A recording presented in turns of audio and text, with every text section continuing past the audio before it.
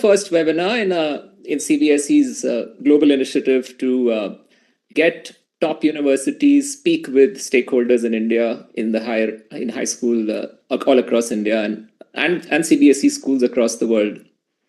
I've had the pleasure of interacting with guiding students who've been admitted to Carnegie Mellon University, and some of my favorite students have been products of Carnegie Mellon and CBSE schools. In fact, I wanted to invite one of our students for this, who graduated from Carnegie Mellon, worked at Nvidia, then came back to India, worked at NITI Aayog, which is a Government of India initiative, and now runs a private equity fund which supports semiconductor industries and some really high-end tech industry initiatives which India really needs and is developing. So Justin, I know Niti has introduced you, but one thing that struck me from your wonderful resume was you're a first-generation student who also went on to study in really good universities. You're a product and a success story of a case where a student could, with their great determination, not just rise up from the ranks of, and also take your community with you and grow. And now you are not only representing Carnegie Mellon, but you're also a leader in college admission counseling associations in Pennsylvania. So we're so delighted to have you. So the format of today's discussion will be where you can present ideas of what you think Carnegie Mellon represents, and going forward, what you think Carnegie Mellon brings to the table in this so confusing and overcharged and very distracted world. So that's for the first 15-20 minutes. We'll hear from you. After that, we'll have a few questions which have already come in, and it's been so exciting to see participation. Even after this was announced, we had a flurry of people approaching the CBSE office in terms of identifying questions and even opportunities to understand how admissions works. So over to you, Justin, and we'll connect and have a round of question answers right after your presentation. Fantastic. Well, thank you very much for the invitation and for that very generous introduction. And also, thank you for everybody's patience. I understand we had a little confusion on the time zones there, so I'm sorry I wasn't able to jump on any earlier. So again, my name is Justin. I serve as the Director of Recruitment in the Office of Admission at Carnegie Mellon.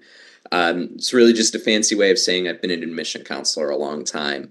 This is now my 16th year serving in the Office of Admission, and my 20th as a Tartan. I am a Carnegie Mellon graduate and was the first in my family to receive a bachelor's degree.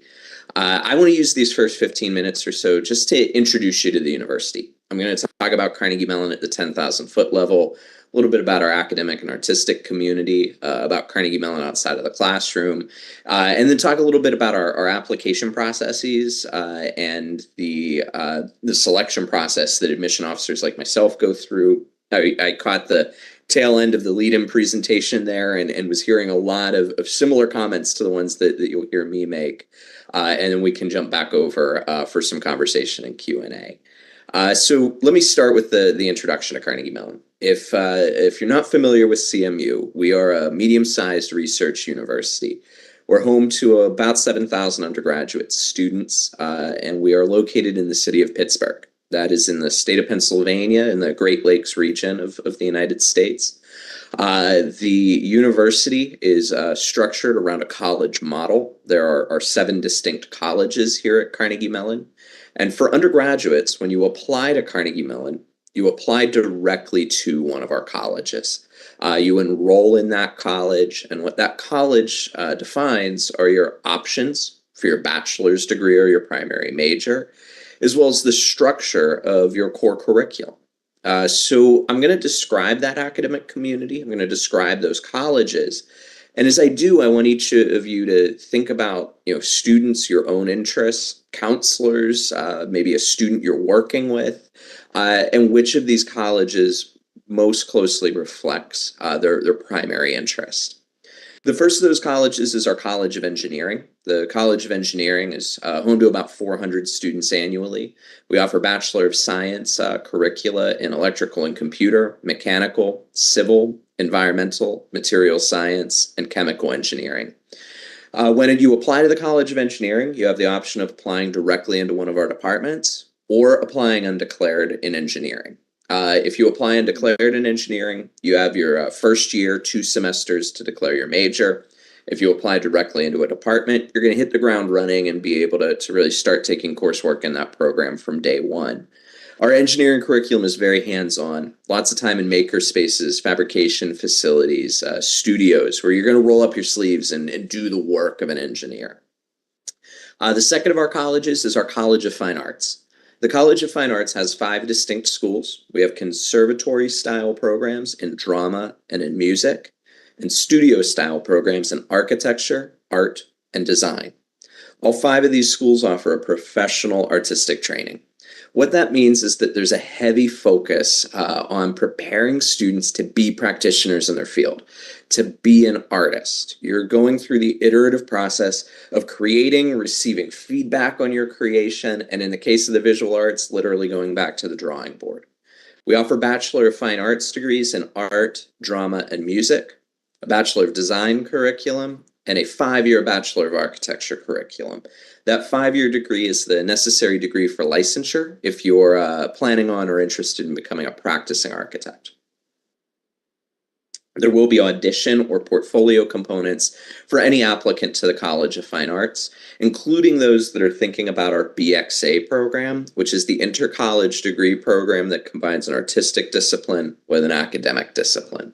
BXA is most appropriate if you see the 2 fields as intimately related. You want to study music and psychology because you're interested in the impact that music has on the brain. How can you use music performance as a source of therapy? That's what BXA is all about. We also have our Dietrich College of Humanities and Social Sciences. The Dietrich College is our version of a liberal arts college here at Carnegie Mellon. It's our broadest college, over 60 majors and minors, ranging from humanities-based fields like philosophy and creative writing, to quantitative social sciences like statistics and data sciences, behavioral economics, to innovative cross-disciplinary programs like ethics, history, and public policy. It is our most academically flexible college, affording you 2 years to declare your major. And it has a heavy focus on research methodology within the various fields. Our information systems program is offered jointly between our Dietrich College and our Heinz College, and it really focuses on the intersection of technology and business. You're going to find that you learn a lot about things like programming, about technical solutions, but you also learn a lot about organizational behavior and business. And you look for how those 2 fields intersect. How can you use technology to help organizations achieve their goals? A lot of database management, consultancy, technology implementation work comes out of information systems. Our Mellon College of Science is home to our mathematical sciences and our lab sciences programs in biology, chemistry, and physics. We offer both Bachelor of Science and Bachelor of Arts degrees, and students have a year to declare their major in the Mellon College. It is a heavily research-based program. You're going to find over 70% of our undergraduates in the Mellon College and over 90% in biochem and physics conduct research during their time as an undergraduate. I know research was one of the topics that was mentioned as of interest, so I want to pause there for just a moment and highlight that research is a big part of Carnegie Mellon, regardless of your major. So whether you're going into a traditional research field like biology, or you're going into a field like business or the humanities or the arts, you're going to find research components wrapped around your education here. There are over 100 faculty-led research institutes that afford students the opportunity to support faculty-led projects. And there are also funding mechanisms through our small undergraduate research grant and fellowship programs to provide financial support for student-led and initiated research projects. There are great opportunities, again, regardless of your major. One of my favorite student-led projects was a project that came out of our School of Drama. It was a group of students that wanted to look into the impact that artistic content had on public goods. So they developed a 1-scene musical. They called it the Bus Stop Opera, and they were performing at bus stops around the city of Pittsburgh. And then they would have researchers on the buses that would poll people about their opinions of public transportation to demonstrate that incorporating the arts increased people's perceptions of riding the bus system. Very cool idea that the university was able to fund and support for some of our artists. Our next college is our School of Computer Science. The School of Computer Science offers a Bachelor of Science curricula in computer science, artificial intelligence, computational biology, human-computer interaction, and robotics. You have a year to choose among those 5 majors, and all 5 of them focus on a heavily theoretical foundation, a lot of proof-based mathematics, a lot of abstract problem solving is going to go into the foundation of computer science here at Carnegie Mellon. Our Tepper School of Business is the last of our colleges, home to our business administration and economics programs. Our programs in business take a very quantitative approach to the field, the idea of managerial science. How can you use mathematics, statistics, economics to inform decision-making models and processes? So that gives you the high-level kind of perspective of those 7 colleges. I want to stress that while I asked you to think about which would best reflect your primary major, your first interest at CMU, there's plenty of opportunity to explore across the colleges. A typical Bachelor of Science curricula here at CMU affords you about 20% of your curricula as elective courses, as courses that will not relate to your degree directly. That affords you the opportunity to take a minor in another field, learn a foreign language, dive deeper into the humanities or the arts. And that breadth is a hallmark of the American education system and something that Carnegie Mellon believes deeply in as well. Another big part of your experience here at Carnegie Mellon is going to be life outside of the classroom.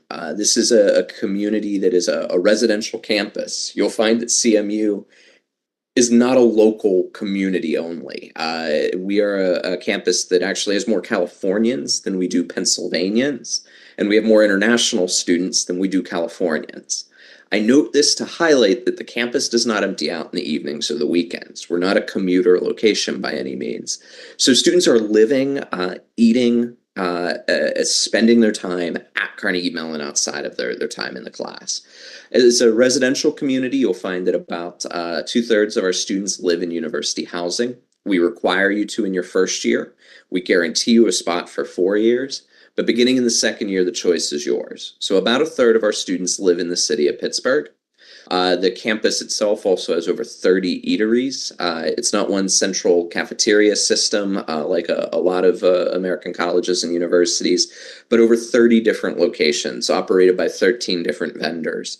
10 of those vendors are local Pittsburgh restaurateurs. So you're going to find the coffee shop system, for example, is 3 local Pittsburgh coffee shops that run locations. There are some great delis on campus. There's a full-service grocery store that focuses on fresh ingredients. You're going to find produce. You're going to find meats, including halal quality cuts of meat. So a lot of variety available to our students on campus. The campus also has over 300 student-led clubs and organizations. These range from technically minded organizations like the Robotics Club to creative organizations like Scotch and Soda, which is our student-led theater troupe, to affinity-based organizations like our South Asian Student Association that allows for students to come together and share around shared cultures and lived experiences. The university also has over 40 club and intramural sports and 19 Division III varsity teams. They're called the Tartans, and it's been a bit of a golden age for Tartan athletics. Our women's basketball team is currently in the NCAA national playoffs, competing down in the Baltimore area right now. The campus has a lot of resources. You're going to find advisors and supports that include your academic advisor, but also include supports through offices like our Office of International Education, which supports all foreign scholars in issues related to their visa and documentation, provides additional supports around an international student orientation. You're going to find resources like our Center for Student Diversity and Inclusion that provides programming and professional staff that support different organizations focused around belonging. There's a full-service campus health center that provides supports for both physical and mental well-being, co-located with our varsity athletics and fitness programs. As you move off of our campus, you're going to find that the city of Pittsburgh is also a great resource to our community. Pittsburgh is a city that I think is perhaps best known for our industrial past. We used to be the heart of the steel industry in the United States, but that steel industry really died out about 50 years ago. And as that happened, the city fell in hard times and had to reinvent itself, and has done so around healthcare, technology, and education. You're going to find that we have a thriving economy that is very much centered around the 10 colleges and universities that call the city home. And there are about 100,000 college students that live in the city of Pittsburgh each year. The largest of our colleges is the University of Pittsburgh. It's right down the street from Carnegie Mellon, an easy walk from our campus. And we are the second largest of those colleges. The downtown area has a thriving cultural district, great theaters, museums, and art galleries. We also have a very strong sports scene with 4 professional sports franchises.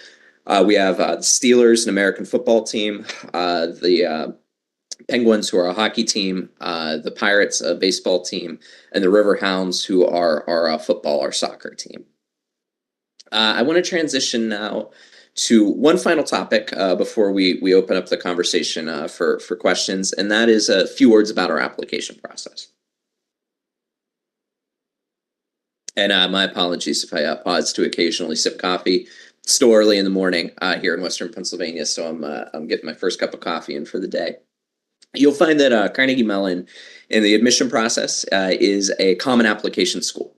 The common application goes live every August for the upcoming cycle. So for any current juniors on the call that might be thinking about applying for the fall of 2026, this August is when you can begin that process. You apply, again, directly to one of our colleges, and we go through a very holistic review process. We're considering a lot of different sources of information, and we're really answering 2 high-level questions. First, will the student succeed academically or artistically? Second, will the student enrich our community for their classmate, for their lab mate, for their roommate? So the common application will collect your academic record, will collect self-reported testing results. We are, in terms of testing, looking for TOEFL, IELTS, Cambridge, or Duolingo exam results for any non-native English speakers. For applicants to our computer science program, looking for an SAT or ACT result. And for applicants to our other academic programs, have a more test flexible option where in addition to the SAT or ACT, we will accept advanced placement, international baccalaureate, French baccalaureate, or Cambridge results. And for the French bac, the international bac, and Cambridge results, we will accept predicted results as the testing requirement. We're looking at the recommendation letters collected, the essays written, your activities section. This information is kind of what rounds out that broad application. The academic information that you're submitting, what courses have you taken, what grades are you receiving, your standardized testing, what recommenders say about you as a student. That is what broadly helps to make that case that you can do the work. It shows that academic admissibility and potential. And I would say roughly 70% of our applicants are showing that potential.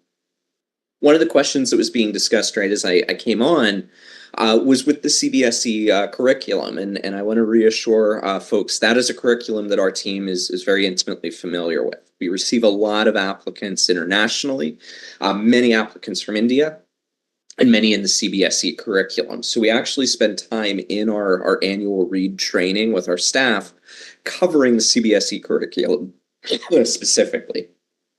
My apologies. Outside of the classroom, we're looking for students that are prepared to collaborate and to communicate effectively, that exhibit pro-social motivation, care for other community members, and an ability to persist to goal completion. You can demonstrate this through activities, through jobs, responsibilities at home with your family. There are a lot of different ways that will come across in your application. We're also looking at your essays and what you say about yourself in those essays. I want to stress you should be the subject of your writing. We should learn more about you. To give you an illustration, I could write an essay on spending time with my grandfather growing up. He was one of my best friends and a hero of mine. But if I write that essay and I give it to Arjun, and the takeaway is, I wish I'd met your grandpa, Justin, I missed the mark. I wrote about him, not about me. But if I use this story about my grandpa to tell you about me, how that time instilled hobbies and passions that I've remained very active with, now I've talked about myself.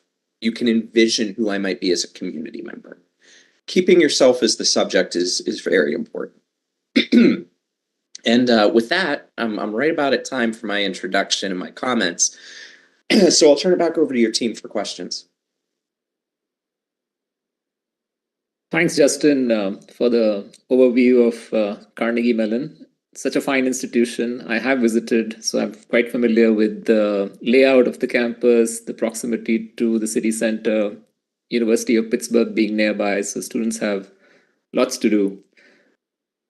There's so many thoughts, and I think in particular, your emphasis on understanding admissibility, the idea of rigor of the curriculum and students being able to cope with it, and your deep understanding, like you mentioned, there's a team that studies all the changes in the CBSE system.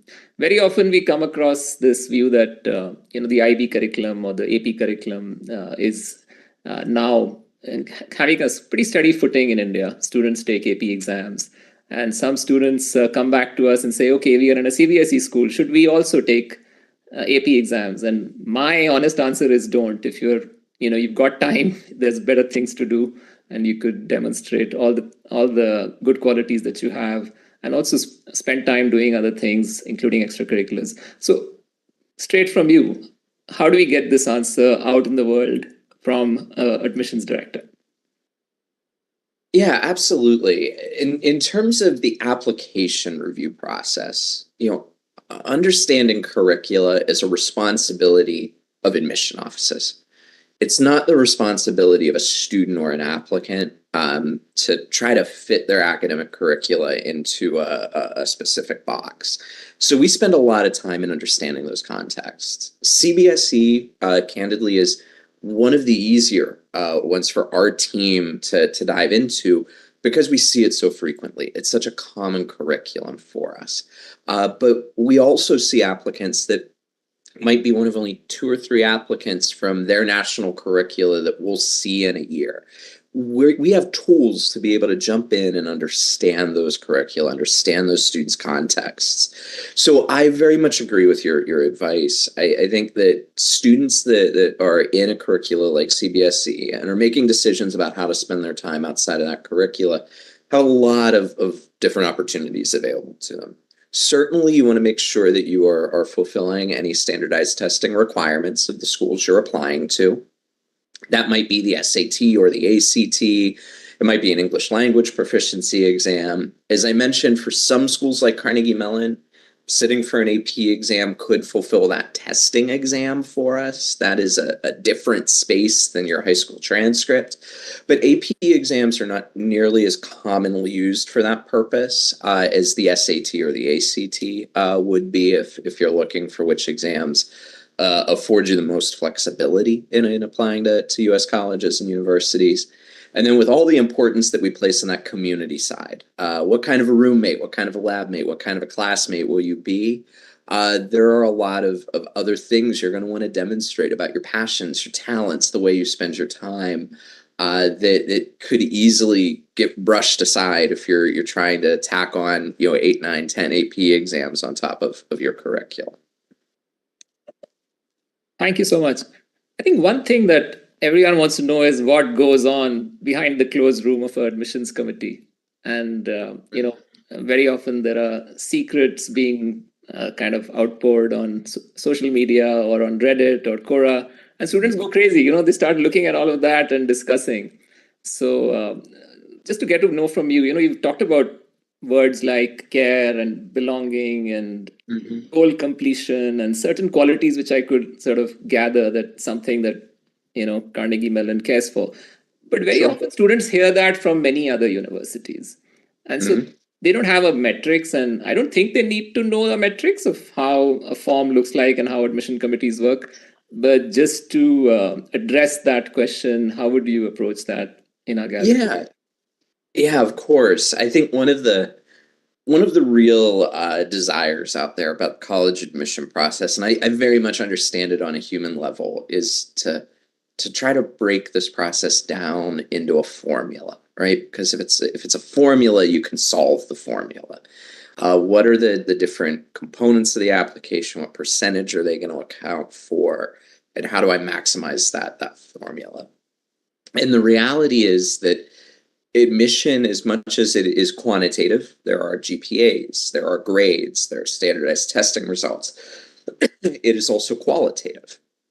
There are essays, there are recommendations, there are activities lists. And so we're balancing science and art, and we're looking to answer those two questions that I mentioned. Can you do the work? Will you enrich the community? And at most US colleges and universities, about 70% of our applicants are admissible. They're showing they can do the work. So any college admitting lower than 70%, at some point they're diving beyond those academics, and they're starting to make those judgments about how are they going to build their community. And you mentioned back a few of the characteristics that I noted that Carnegie Mellon looks for. Each college will make a decision based on their own values, their own mission, their own vision. What are we looking for in that community? And for us, it's things like that ability to communicate and collaborate, care for others and pro-social motivation, persistence to goal completion. Those are some of the characteristics that we think make a good tartan. The other piece of this puzzle that I didn't mention earlier, but I think is valuable talking about, is also institutional context, institutional priorities. Each college may have its own priorities for that year or for that class. Maybe it's a new major that they're looking to grow. Maybe it's the basketball team graduated their top point guard and they need a new point guard. Maybe it's the campus orchestra is graduating their top French horn players, and they need to get some new French horn players. There are a lot of different priorities that can fit in there, that within that group of admissible candidates, when the committee is making choices and selecting students for an offer of admission, it's sometimes also which students balance out those needs of the campus, ensuring that we have enough students interested in our different majors. It's CMU, it's pretty transparent in how we're handling that because we're direct admitting to colleges. So we're looking for 400 engineers, we're looking for 210 computer scientists. But even within a small liberal arts college, a college that just might have one entry point, you're not having to indicate a college of interest, they're probably still doing some level of modeling to try to understand, based on essays and questions answered in the application, is this student interested in the sciences or writing? Are they going to go into the arts, or are they going to want to dive into the humanities? Because they need to have that balanced campus. We hire faculty, we build labs, we have classrooms, all on the basis of having those balanced academic interests. So know that there are a lot of inputs here, and some of those inputs are outside of your individual control as a student. I don't say that to have you feel like a loss of sense of control, but I say that to reassure you that this process is not one that you can perfect an application and guarantee an outcome in. It is very much a process where if you have a good balanced list of colleges, you're going to find good fits at the end of the process, but it's also impossible to predict an individual outcome in an individual school. Thanks again. I have questions on mental health and well-being in highly stressful academic environments, and I think we'll get to that. But let's also open the floor to people who want to ask questions. And I know Niti ma'am, you also had something in store, and Yashika, you have your hand up. Niti ma'am, you can address us, and then we'll get to Yashika. And I know there are a lot of queries, sir. And they are pouring it like anything initially. So I think first we can give floor to the people who have already raised their hands. So Yashika, ma'am, you were keen to ask something. Kindly go ahead, please. Thank you so much, ma'am, and it's a pleasure being here with on this webinar, trying to find out and get to know more about the CMU. But I do have a query, Mr. Mohney, from you that students in school are relatively protected, and they're coming into an environment where they are not only aiming to be graduates, but they're aiming to be graduates in an environment in a country which is very, very different to what it is in at home. So what kind of programs do you have? What kind of backup do you have that can help these students? See, the CBSE curriculum is such that adjusting to academia is not a problem. And why I say that is because I finished my schooling in the UK, and it is the CBSE curriculum that helped me in good stead to max my O levels and A levels there. So it's not the studies that one is more concerned about, but the changing environment. And when the students are coming into a new country, into a new culture, what kind of a system do you have in play which can help them adjust? That's a very good question, and I appreciate that very much. You know, each student entering our community is coming in with different needs, and I think you very accurately have captured one of those challenges for an international student, especially, that is experiencing a new culture, a new climate, a new socio-political environment and community. Right. And there are a number of ways that the university proactively seeks to support students in that transition. One that I want to highlight is that you're going to find Carnegie Mellon has one of the longest and most developed first-year orientation programs. For international students, our first-year orientation program runs over a full week before the first day of classes. That's going to afford students opportunities to meet their community. You're going to spend a lot of time with your fellow students within your residence hall. It affords you opportunities to meet your academic advisors, to be exposed to campus resources that are going to include things like the supports in the Highmark Center for Health and Wellbeing that I alluded to learn the dining system, to experience the city of Pittsburgh, and the ability to do all of that while not yet balancing academics. And then our first year programming continues throughout the academic year, recognizing that one of the things that I think it's very easy for a student to fall into in that first academic year is I'm going to put my head down, I'm going to focus on the books, and I'm going to miss all the community around me, right? So a lot of that first year programming, it focuses on things like key campus traditions, making sure that we're bringing the first year community together to go to our spring carnival event, which is a major campus tradition. Many of our alumni come back for every spring, where we have a soapbox derby car race, we have a carnival midway, and ensuring that students engage in that way. But do you have a mentor-mentee system as well, where the students can adjust? Sure. So there are also other supports that are outside of that first year experience. And yes, there are a variety of different mentor and mentee systems in place within the different colleges. The different colleges structure them in different ways.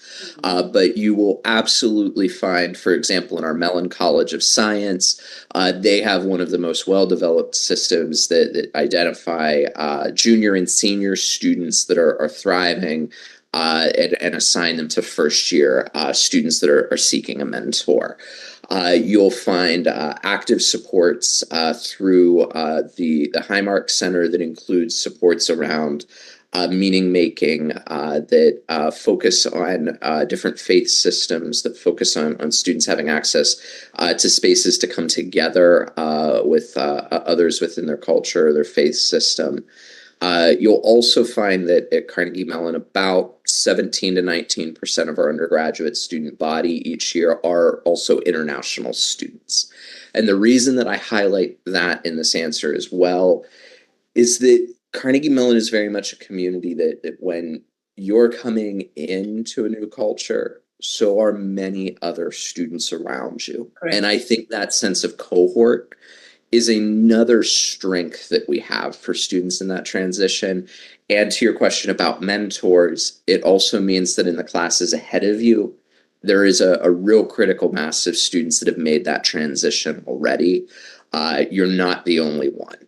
You're not one of very few. You can find that sense of community through different clubs and organizations on our campus as well. I mentioned within those 300 clubs, there are many affinity organizations, and those affinity organizations, whether it's the South Asian student community group that I mentioned, Bhangra and the Berg, which is a Bhangra organization here in Pittsburgh. Lots of different ways to help students create sense of community within those affinity spaces. And in their residences, you do not have them like country-specific hostels or something. They do cohabit. Yeah, our residence halls are not themed in any way. So they're not Perfect. themed around a student affinity or culture, nor are they themed around academics. So you're not going to find an engineering hall or an arts hall. We very intentionally have residential communities that put both domestic and international students, that put engineers and artists together in a cohabitating community. One of the strengths of Carnegie Mellon is the diversity of this community, the diversity of culture, the diversity of talent, of interest. And we want to intentionally create spaces where that diversity is explored and lived by our students. I can say firsthand, having been a first generation college student at CMU, perhaps even more than the education itself, that was what was most transformational about CMU for me. Thank you. Thank you, Yashika ma'am. We also Thank have you for the Anuradha, question. ma'am.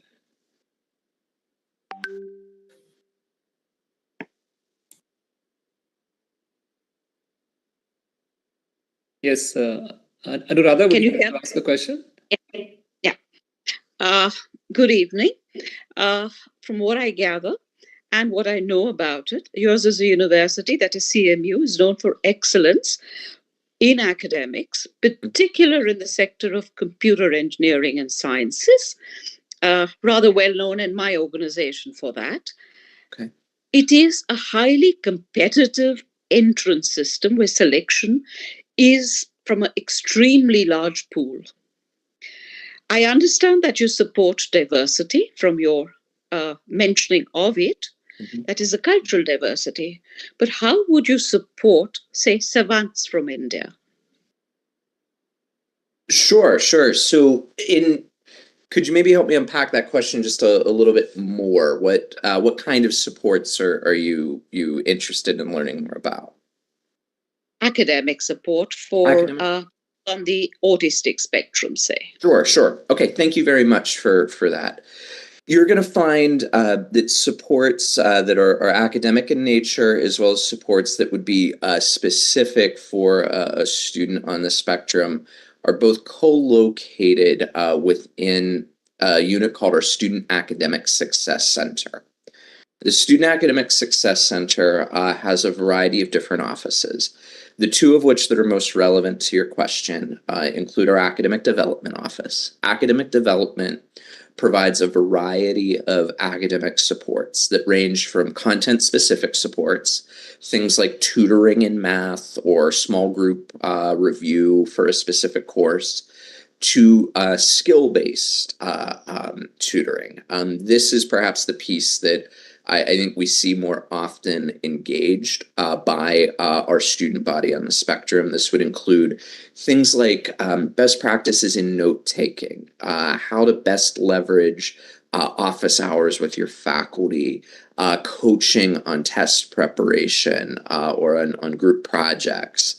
The other office is our Office of Disability Resources. And the Office of Disability Resources works with any member of our community, student, faculty, or staff, that has a learning difference or that has a physical disability that may be related to sight, to hearing, to mobility.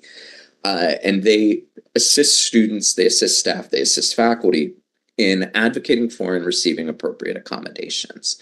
They, in terms of the student body, also connect students very frequently with that academic development office, with specific tutors or staff members there, or specific services. But they can also assist if a student would benefit from a distraction-free testing environment, if they would benefit from additional time on tests, if they would benefit from note-taking support, etc., arranging for those appropriate accommodations. So having those two offices now co-located within one unit has been very impactful. When I was a student, they were just separate offices on our campus. They weren't really co-located. The way that I've been seeing them really collaborate the last 7 years that they've been under one roof, I think has been a big step forward for our students. Thank you. Also, I don't know if it is a politically charged question, but I'm taking the liberty of asking you nevertheless. Sure. Given the scenario with restricted funding for research, would it impact your programs? Because of a lot of our children or our young people would like to go on to or would choose a university in the US primarily for research. Sure. So absolutely, the conversation about research funding is one right now in the United States and on campuses like my own that is ongoing. If you're following the news coming out of the White House and out of the executive branch, right now there have been a number of executive orders. There have also been a number of legal challenges in the courts that have, in some cases, provided temporary stops to those orders. And there are also then a lot of questions about what will the Congress, our third branch of government, do in their budget for the upcoming year as it could relate to research funding. So what I would say is that right now in this moment, there is a great deal of anxiety in higher education about research funding. There is a lot of effort being put into understanding the potential impacts of a new presidential administration. Here at Carnegie Mellon, we have a very active government relations division, and we also have a very active Office of General Counsel, our legal division.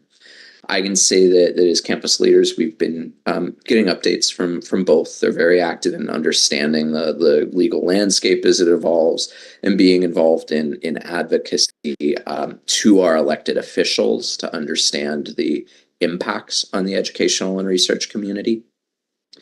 But while I would say there's a great deal of anxiety, I would also highlight that there's not yet a great deal of certainty as to what is going to happen. Because what we've been seeing, again, have been a lot of executive orders, but the corresponding legal challenges bringing a lot of gray area and a lot of uncertainty to what the final outcome will be. So I know that's an incomplete answer to your question. I am a big fan of the Chronicle of Higher Education. If you're not a reader of the Chronicle, I highly recommend it. They are having day-to-day coverage of these issues. And I think as the legal challenges work their way through the courts, as we hear more from the Congress, we're going to get a clearer sense of the way in which our three branches of government will be interacting on these issues of research funding for colleges and universities. I hope that was helpful. I know it's not a complete answer, but there's still so much happening. Thank you, Anuradha, for such thoughtful questions. And I think both of them were so meaningful for our discussion today. So yes, we do have more people on our question raised hand list. So I'll get to that. But Niti ma'am, would you like to jump in? Pramod sir is there also. Should I go ahead? Dr. Pramod, would you like to ask your question? Yeah, you're on mute, sir. You can unmute. There is a mute button. Okay. Sorry. Good evening. Yeah. I'm seeing in the chat box the participants are, asking, the similar the questions. The question is that, is there any specific criteria for the award of the scholarship?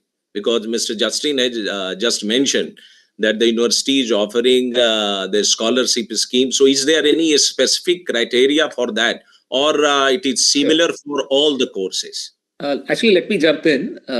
Once students are admitted, so different universities have different policies for admitted student funding, and that Carnegie Mellon completely supports in terms of student-led support for research, academic travel, and whatnot. Would you like to highlight that? And then for admissions, we'll have to have a separate webinar for that, because each university has a little different take, so we'll have to broad base it. So go ahead, Justin. So for Carnegie Mellon specifically, we do not award any merit scholarships. All of our financial aid is need-based aid, and we award need-based aid to U.S. citizens, permanent residents, and a number of international students in qualifying categories. This would be students like those with a DACA status here in the United States, or refugee or asylee status. You may have some students with dual citizenship that qualify, but for many students, for international students, there's not funding assistance available directly from Carnegie Mellon.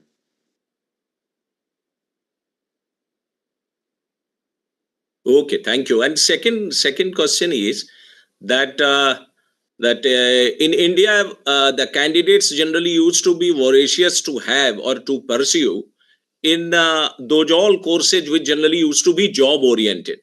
So kindly give some courses which generally used to have the kind of relations with those all areas where the candidates, after obtaining that very degree or the certificates, they will get the job in that very field. If I may contextualize this a little bit, Justin, it'll be interesting to also look at case studies of what skill set students had coming in and what resources they used on campus in their 4 years there, and then possible case studies of what you looked at in their profiles, and then career success teams sort of guided them to achieve their goals. In India, we call it placement success, but that's not what I really want to term it in this webinar. Yeah, of course. CMU, I think, is a place that I have to acknowledge up front, it's always challenging to make generalizations about student journeys because of the number of programs we have, right? The pathway of a student going into our drama conservatory versus our engineering college, it can look so very, very different.